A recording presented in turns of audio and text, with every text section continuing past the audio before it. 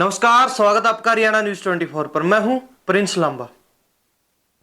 आज चर्चा करेंगे हरियाणा के एक विशेष मुद्दे पर। कोई राजनीतिक मुद्दा नहीं है, लेकिन हरियाणा की तमाम जनता से जुड़ा हुआ विषय है, जिससे प्रदेश का बच्चा, बुजुर्ग, युवा, नौजवान या फिर महिला या पुरुष कोई भी अछूता नहीं है। हम बात कर रहे हैं पीपीपी यानी कि परिवार पहचान पत्र, जिसे अंग्रेजी में बोलते हैं फैमिली आईडी।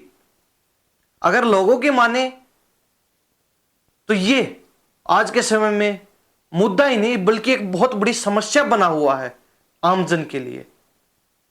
और अगर मीडिया रिपोर्ट्स की माने तो उसमें भी इसे परिवार पहचान पत्र की बजाय परिवार परेशान पत्र का करार दिया गया है। अब ऐसा कहा क्यों जा रहा है, इस पर भी चर्चा करेंगे। साथ ही चर्चा यह भी करेंगे कि क्या इस पीपीपी विषय के कारण सरकार को भी जो है बड़ा खामियाजा भुगतना पड़ सकता है आने वाले समय में। तमाम चर्चाएं करेंगे इस विषय से जुड़ी हुई। सबसे पहले अगर शुरुआत करें पीपीपी की, 2021 के अंदर सितंबर में इसे जो है अधिनियम के तहत हरियाणा में लागू कर दिया गया था, जिसके साथ 350 योजनाएं और 500 सेवाओं को लागू कर दिया गया था। यानी कि एक तौर पर कहा जाए तो इन सभी योजनाओं में परिवार पहचान पत्र को अनिवार्य कर दिया गया था, जिसके बिना इन योजनाओं का लाभ उठाना किसी भी व्यक्ति के लिए संभव नहीं रह गया था। यह सरकार ने एक अधिनियम बनाकर जोड़ दिया था हरियाणा के अंदर। लेकिन अब समस्याएं क्या आ रही हैं, परेशानियां क्या आ रही हैं और किस प्रकार जो है पीपीपी आईडी में जो खामियां हैं, जो त्रुटियां हैं, जो कमियां हैं, वो लोगों के लिए किस प्रकार जो परेशानी का सबब बनी हुई है, इस पर चर्चा करेंगे। आपको बताते चलें, जब पीपीपी की शुरुआत हुई थी उस समय 70 लाख लोगों की जो है आईडी बनी थी, लेकिन उसमें से भी लगभग 90% यानी कि अगर आंकड़ों के अनुसार बात करें तो लगभग 63 लाख लोगों ने कमियों के चलते, त्रुटियों के चलते जो है पीपीपी आईडी में खामियों के चलते आवेदन किए थे कि इनमें सुधार किया जाए, बदलाव किया जाए। जिसके बाद से लगातार जो है डेटा को सुधारने का, अपडेट करने का काम जारी है। और 3 साल बाद की अगर बात करें आज के समय की, वर्तमान स्थिति की, तो अब भी करीब 7 लाख लोग अपनी जो है पीपीपी आईडी में जो खामियां हैं, जो त्रुटियां हैं, उनको दूर करवाने के लिए लाइनों में लगे हुए हैं। बार बार जो है ऑफिसों के चक्कर काटने पड़ रहे हैं। परिवार पहचान पत्र के लिए सरकार द्वारा जो है मान्यताएं दी गई थी, इसके लिए अधिकारी अलग से जो है टीमें गठित की गई थी, आंकड़े लेने के लिए टीमें गठित की गई थी, कर्मचारी बैठाए गए थे, जिसके लिए एडीसी ऑफिस जिला स्तर पर अगर बातचीत करें तो चयनित किया गया था। साथ में जो है अगर आपको आवेदन करना है तो उसके लिए सीएससी सेंटर भी जो है वैध किए गए थे इसके लिए। लेकिन लोग लगातार सीएससी सेंटरों के भी, एडीसी ऑफिसों के भी, और यहां तक कि अगर वहां बार बार चक्कर लगाने के बाद भी बात नहीं बन रही है तो फाइलें उठाकर जो है मुख्यालय यानी कि पंचकुला या फिर यूं कहे कि चंडीगढ़ के बार बार चक्कर लगाने पड़ रहे हैं। लेकिन समस्या परिवार पहचान पत्र में, पीपीपी आईडी के अंदर ज्यों की त्यों बनी हुई है। और वर्तमान स्थिति की जिस प्रकार हमने पहले कहा, 7 लाख लोग इस समस्या को अब तक झेल रहे हैं, जूझ रहे हैं, क्योंकि उनकी जो है फैमिली आईडी के अंदर त्रुटियों को, खामियों को दूर नहीं किया गया है। अब अगर आगे बातचीत करें तो ऐसा नहीं कि सरकार द्वारा पीपीपी का जो डेटा था उसमें सुधार के लिए कोई कदम नहीं उठाया गया है, बल्कि 3 साल के दरमियान इसके ऊपर करीब 105 करोड़ रुपए खर्च कर दिए गए हैं सरकार द्वारा। लेकिन सवाल यह बनता है कि यह पैसा आ कहां से रहा है, खर्च कहां से किया जा रहा है। आम जनता की जेब से ही तो निकला हुआ है पूरा पैसा। जनता जो टैक्स भरती है उसी से, उसी खजाने से तो यह पूरा पैसा निकला हुआ है। लेकिन लोग यह भी जानना चाहते हैं कि जिस कंपनी को सरकार द्वारा पीपीपी आईडी बनाने का जो है ठेका दिया गया था, जो टेंडर दिया गया था, उस पर क्या कार्रवाई हुई, क्यों उस कंपनी द्वारा जो इतने बड़े लेवल पर प्रत्येक व्यक्ति के पहचान पत्र में, फैमिली आईडी में, परिवार पहचान पत्र में इतनी खामियां छोड़ दी गई, इतनी त्रुटियां छोड़ दी गई कि पिछले 3 साल से सरकार लगातार डेटा को सुधारने में लगी हुई है, खामियों को दूर करने में लगी हुई है, लेकिन अब तक जो है पूर्णतया डेटा सुधर नहीं पाया है, ठीक नहीं हो पाया है। इस बात से सभी वाकिफ हैं कि पीपीपी के अंदर जो त्रुटियां हैं, जो खामियां हैं, जो कमियां हैं, उससे ना केवल घर के किसी मुखिया को या फिर यूं कहे कि किसी बुजुर्ग व्यक्ति को समस्या आ रही है, बल्कि हर बच्चे को, हर बुजुर्ग को, हर युवा को, हर महिला को, हर पुरुष को, प्रत्येक व्यक्ति को इससे समस्याओं का सामना करना पड़ रहा है। अब क्या क्या समस्याएं आ रही है उन पर भी चर्चा करेंगे विस्तार से। तो सबसे पहली और सबसे बड़ी समस्या जो हर फैमिली आईडी के अंदर, हर परिवार पहचान पत्र के अंदर सामान्यतः देखी गई है, वो है इनकम की। क्योंकि पूरा मैटर जो है इनकम से चलता है, और जिन जिन फैमिली आईडीज में इनकम ज्यादा दिखा दी गई है, आय ज्यादा दिखा दी गई है, उनको जो है सबसे ज्यादा समस्याओं का सामना करना पड़ रहा है, उन परिवारों को। इसके बाद अगर जानकारियों की जहां तक बात की जाती है तो नाम, जन्म तिथि, क्वालिफिकेशन यानी कि पढ़ाई लिखाई, उनमें भी त्रुटियां छोड़ दी गई, जिसके कारण भी लोगों को बड़ी समस्या हो रही है। इसके अलावा अगर बातचीत करें मैरिटल स्टेटस यानी कि वैवाहिक स्थिति, दिव्यांग स्टेटस यानी कि कोई व्यक्ति दिव्यांग हो उसको जो है सही दिखा दिया गया, सही व्यक्ति को दिव्यांग दिखा दिया गया, जिसके कारण लोगों को जो पेंशन लेने में बड़ी समस्याएं आ रही हैं। या फिर यूं कहें सबसे बड़ी समस्या और हद तो यही हो गई कि फैमिली आईडीज के अंदर मरे हुए लोगों को जिंदा दिखा दिया गया, और जिंदा लोगों का जो है फैमिली आईडी से नाम हटाकर उन्हें मृत घोषित कर दिया गया। अब इनकम की जहां तक बात आती तो उसमें सबसे बड़ी समस्या यह है, और मीडिया रिपोर्ट्स में भी यह बड़ा खुलासा हुआ है आंकड़ों के साथ, और वहीं से हमने जो डाटा इकट्ठा करके आपके सामने इस विषय पर चर्चा कर रहे हैं कि हर फैमिली आईडी के अंदर, पीपीपी के अंदर आय ज्यादा दिखाने के कारण जब से जो है यह अधिनियम लागू हुआ है, लगभग 19,000 बुजुर्गों की पेंशन काट दी गई, और वहीं 9.5 लाख लोगों के जो है राशन कार्डों से नाम कट गए, उनको राशन मिलना बंद हो गया। बहुत से परिवार तो ऐसे हैं जिनको खाने के लाले तक पड़े हुए। हम अक्सर जनता के बीच, पब्लिक के बीच कवरेज के लिए जाते हैं, खबरें लेने के लिए पहुंचते हैं, लोग हमसे मिलते हैं, बातचीत करते हैं, दूरभाष के माध्यम से लोगों से बातचीत होती है, वो अपनी समस्याएं बताते हैं, और विशेषकर जहां तक बुजुर्गों की या फिर बुजुर्ग दंपतियों की जहां तक बात आती है तो वो हमें अपना दुखड़ा बताते हैं कि साहब ये समस्याएं आ रही हैं, इतने समय से झेल रहे हैं। बहुत से बुजुर्ग ऐसे हैं जो अपने बच्चों से अलग रहते हैं, या फिर यूं कहें कि बच्चे उनके पास रहना नहीं चाहते हैं, उनको अलग कर रखा है, बच्चे अलग रहते हैं। पेंशन के सहारे गुजारा चल रहा था, लेकिन जब से फैमिली आईडीज बनी है, परिवार पहचान पत्र पीपीपी आईडी बनी है, उसके बाद से पेंशन कट गई, दवाई लाने का कोई सहारा नहीं बचा, खाने के लाले पड़े हुए हैं।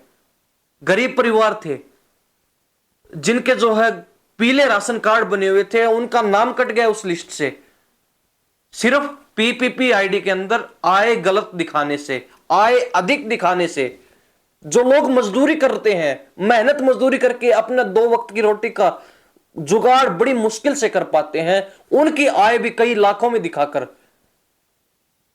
जो है उनको सरकारी सुविधाओं से वंचित रख दिया गया है। अब अक्सर जब आम लोगों के बीच भी पीपीपी आईडी को लेकर जब वार्तालाप होता, बातचीत होती है, तो कहीं ना कहीं कोई ना कोई जो है ऐसा मामला, ऐसा मुद्दा प्रत्येक व्यक्ति के सामने आ जाता है कि किसी स्थान पर कोई बुजुर्ग महिला, विधवा महिला है, जिनको जो है विधवा पेंशन मिल रही थी, फैमिली आईडी में, पीपीपी आईडी के अंदर उनके पति को जिंदा दिखाकर उसकी जो है पेंशन काट दी गई।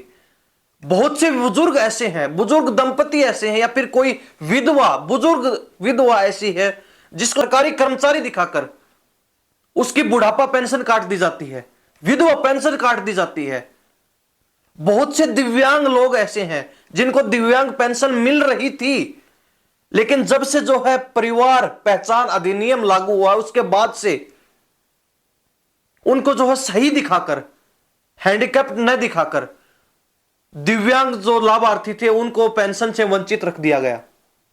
यानी कि सीधा सा कहें तो उस लिस्ट से उनका नाम हट गया, और स्वाभाविक है, जाहिर है, अगर पीपीपी आईडी के अंदर आए इनकम ऑफ सोर्स अधिक दिखा दिया जाता है तो सरकार का जो दायरा है वो लोग उससे बाहर हो जाएंगे और सरकारी सुविधाओं का, सरकारी योजनाओं का, सरकारी मुहिमों का लाभ उनको निश्चित तौर पर नहीं मिलने वाला है, कभी नहीं मिलने वाला है। अब अगर कुछ योजनाओं के हम आपके सामने उदाहरण रखें तो सबसे पहला नाम आता है आयुष्मान कार्ड। सभी को पता है गरीब परिवारों में आयुष्मान कार्ड की एक योजना चली जिससे स्वास्थ्य सुविधाओं का लाभ आमजन को भी जो हम मुफ्त में मिल पा रहा था। उस कार्ड के माध्यम से इनकम ज्यादा दिखाने के कारण पीपीपी में, आईडी में, वो लोग उन सुविधाओं का लाभ नहीं उठा पा रहे हैं। आयुष्मान कार्ड की लिस्ट से उनका नाम हट गया। दूसरी अगर बातचीत करें तो एक विवाह शगुन योजना गरीब परिवारों के लिए लागू की गई थी जिसमें गरीब परिवार, गरीब मां बाप जो अपनी बेटी की शादी नहीं कर पाते थे उनके लिए एक शगुन की योजना चलाई गई थी। उसका लाभ जो है गरीब लोगों को नहीं मिल पा रहा है। उसके बाद अगर बातचीत करें तो सबसे बड़ी समस्या आती है बीपीएल राशन कार्ड, क्योंकि लोगों का नाम उससे हट गया। इनकम ज्यादा दिखाने के कारण, आय ज्यादा दिखाने के कारण परिवार पहचान पत्र में उन लोगों को राशन नहीं मिल पा रहा है, खाने के लाले पड़े हुए हैं, क्योंकि सिर्फ राशन के सहारे ही पूरे महीने का गुजर बसर हो पाता था। मेहनत मजदूरी करने वाले लोग थे।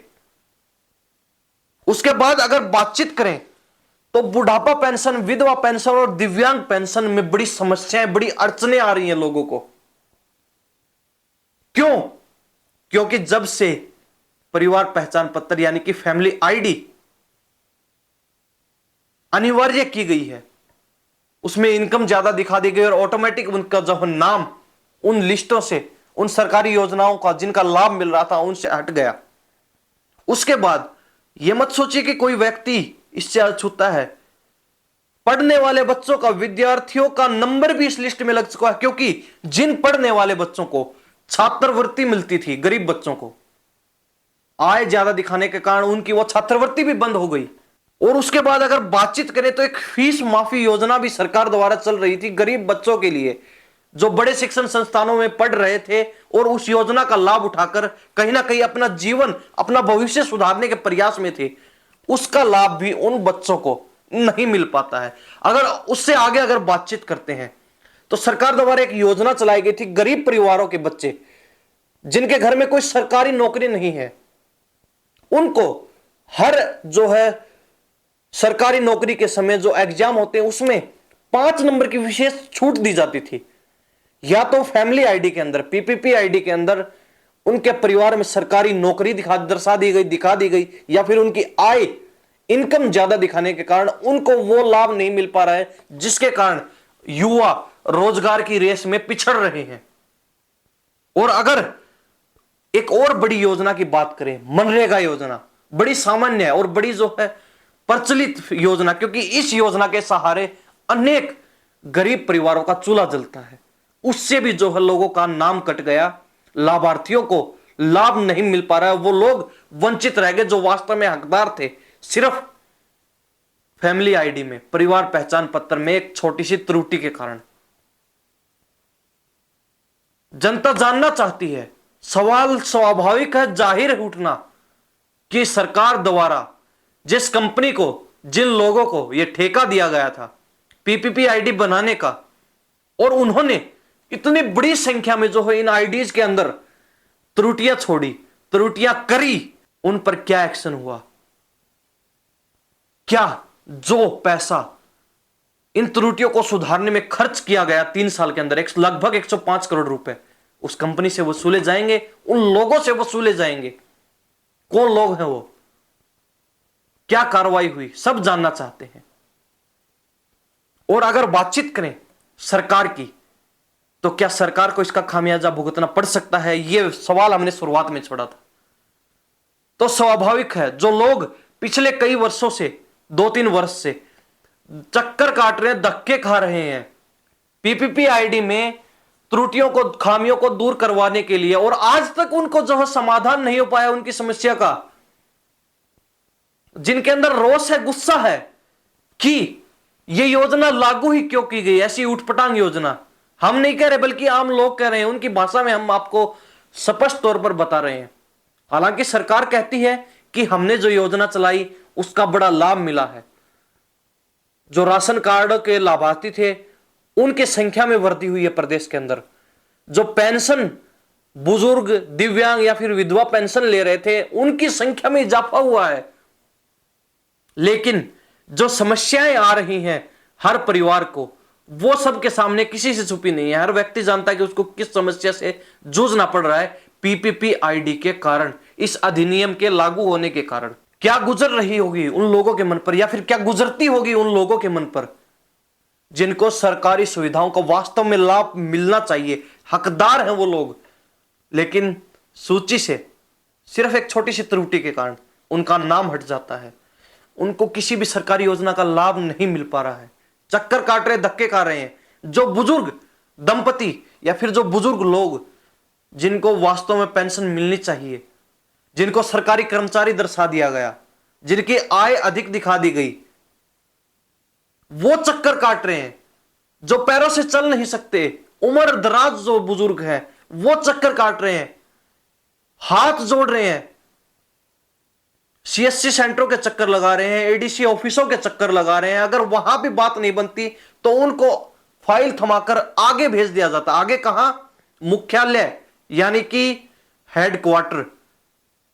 और हेडक्वार्टर कहां पर है ये आप सबको पता है, पंचकुला या फिर यूं कहें चंडीगढ़।